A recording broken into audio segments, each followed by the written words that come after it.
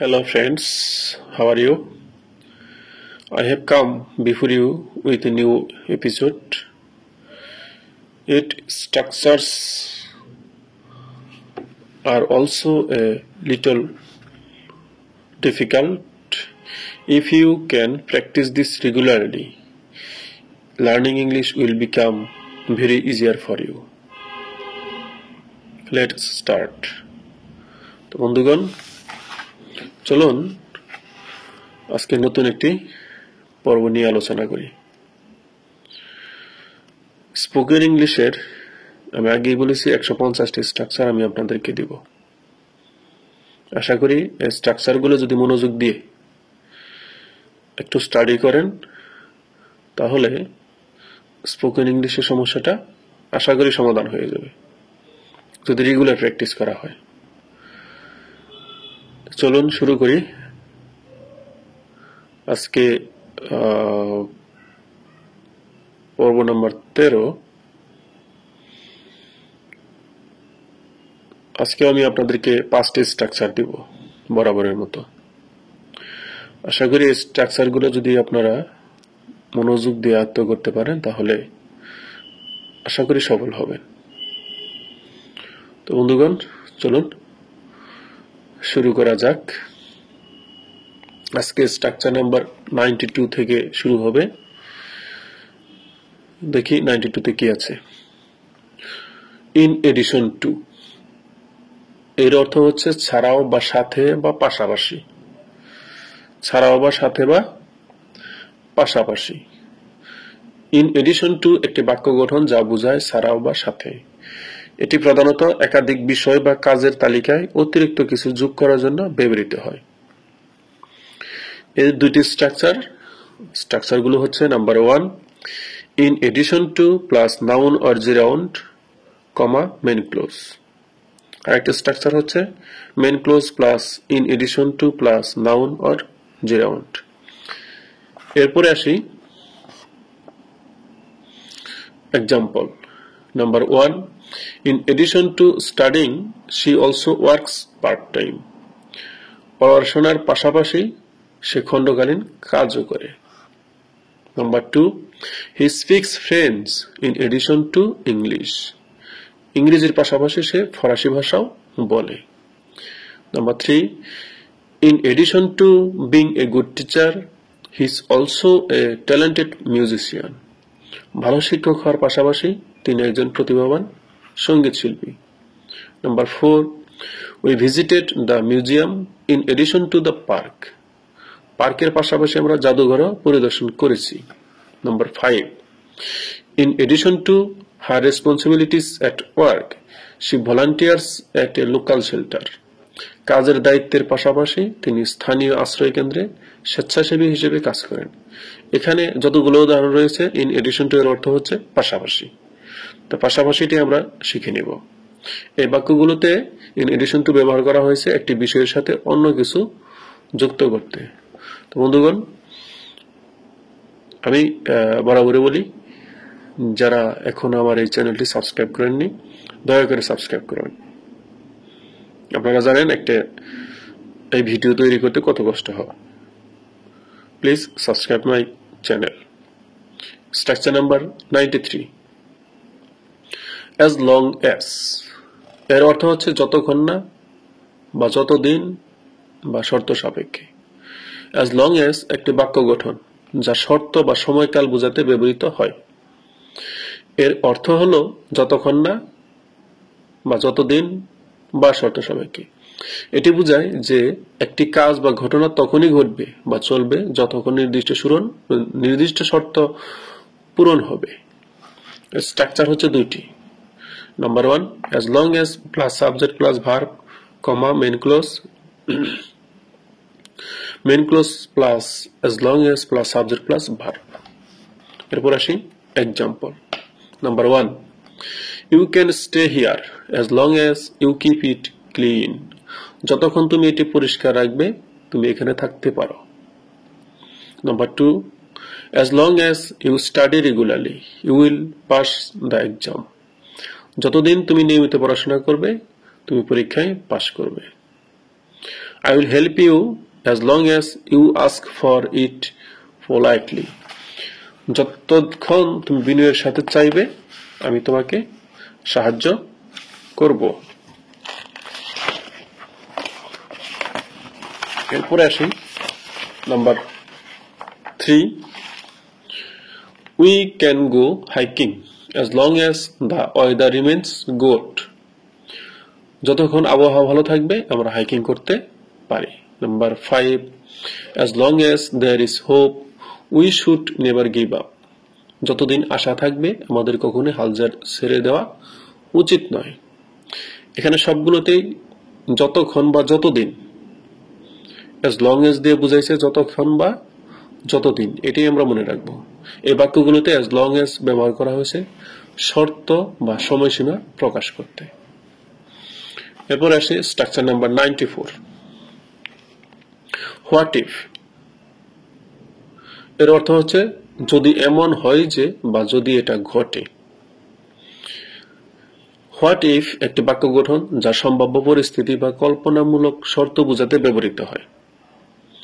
এর অর্থ হলো যদি এমন হয় যে বা যদি এটা ঘটে।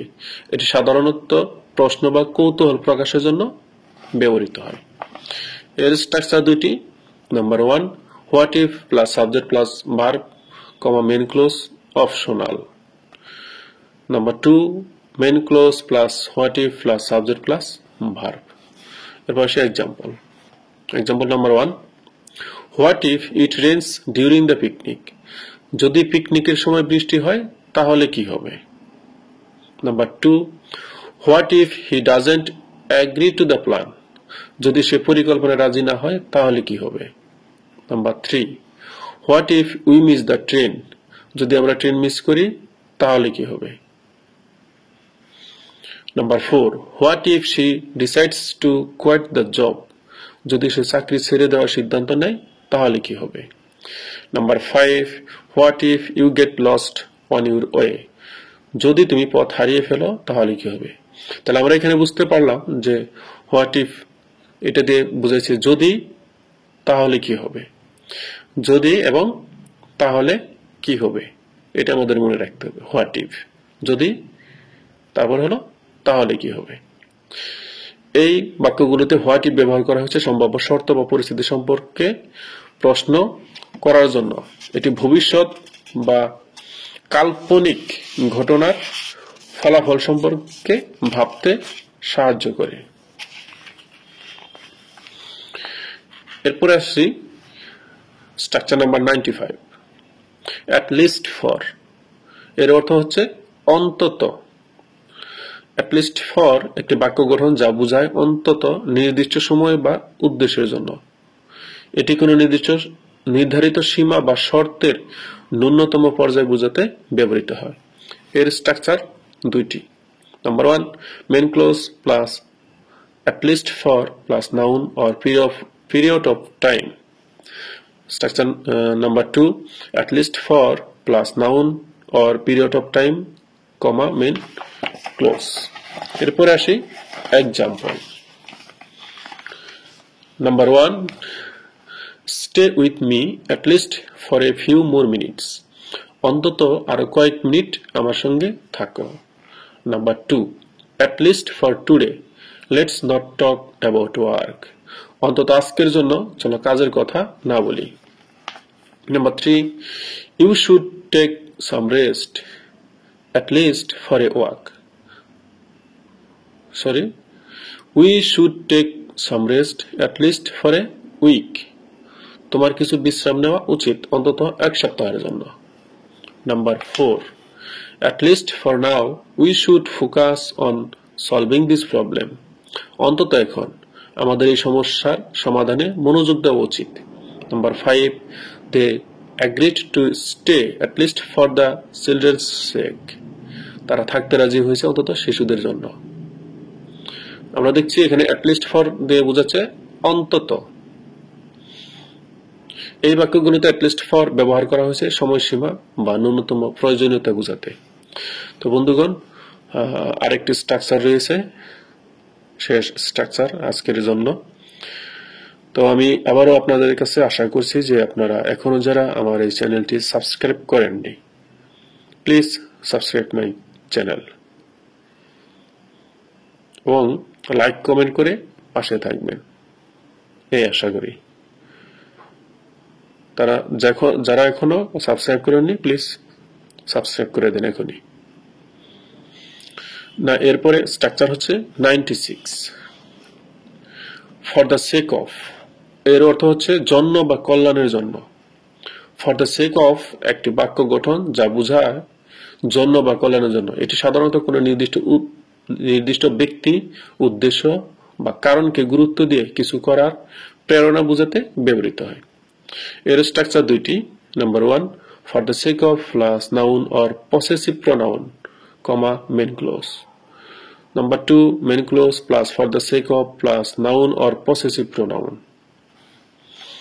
Example, number 1, he quit smoking for the sake of his health.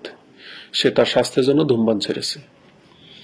Number 2, for the sake of peace, we decided to end the argument. শান্তির জন্য আমরা তর্ক শেষ করার সিদ্ধান্ত নিয়েছিলাম। Number 3, she took the job for the sake of her family. সে তার পরিবারের জন্য চাকরিটি নিয়েছিল। Number 4, they sacrificed their comfort for the sake of the community. তারা সমাজের কল্যাণের জন্য তাদের আরাম ত্যাগ করেছিল। Number 5, for the sake of your future, focus on your studies. তোমার ভবিষ্যতের জন্য পড়াশোনায় মনোযোগ দাও। এখানে এই ফর দ্য সেক অফ জন্য বা কল্যাণের জন্য বুঝাইছি সবগুলাতে। তো আপনারা বুঝতে পারছেন আশা করি।